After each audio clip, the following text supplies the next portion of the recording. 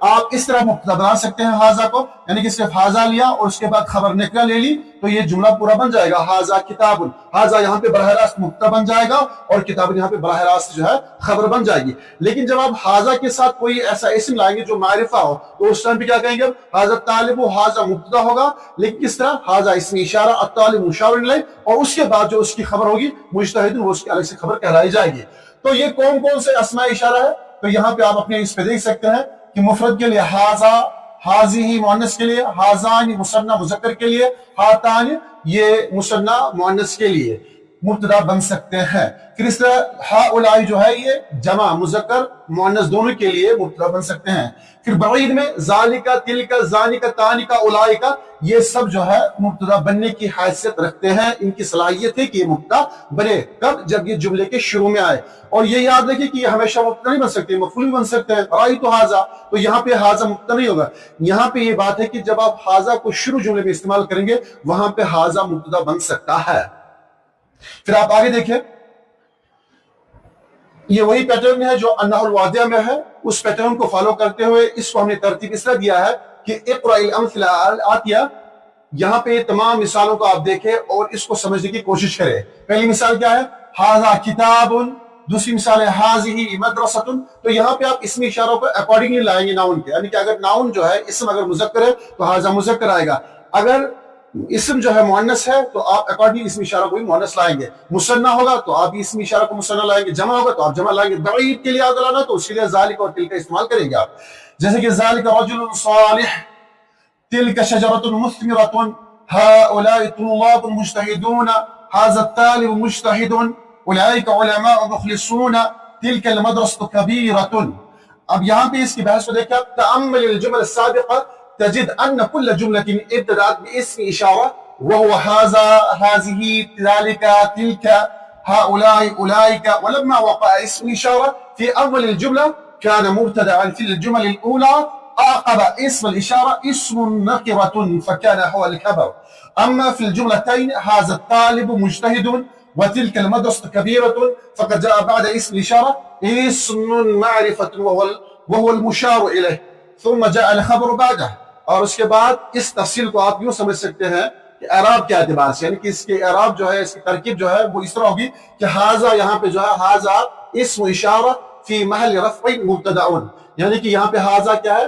یہ یہاں پہ اسم اشارہ ہے، مبتدا ہے اور محل رفع علیہ کی مرفوع ہے، کیونکہ ہمیشہ جو ہے مبتدا جو ہوتا ہے وہ مرفوع ہوتا ہے، وہ منصوب نہیں ہو سکتا، مجرور نہیں ہو سکتا ہے۔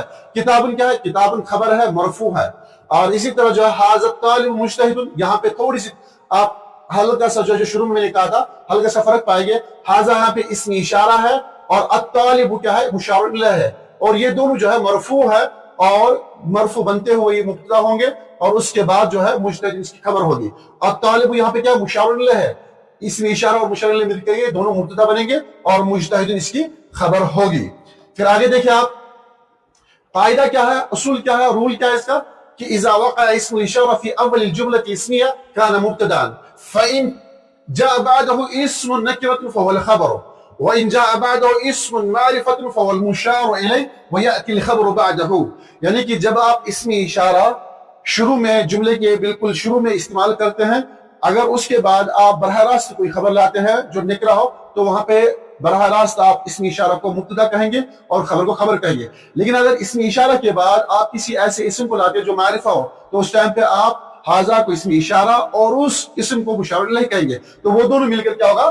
مشار الیہ۔ جیسے کہ یہاں پہ ہم لکھیں گے ھذا الطالب، ھذا الطالب عالم، تو یہاں پہ جو ہے ھذا الطالب جو ہے اسمی اشارہ اور پھر اس کے بعد جو ہے طالب اس کا مشار الیہ، اور اس کے بعد جو ہے مبتدا بنے گا، یہ دونوں مل کر، یعنی کہ اسمی اشارہ مشار الیہ بن کر مبتدا پھر عالم اس کی خبر ہوگی۔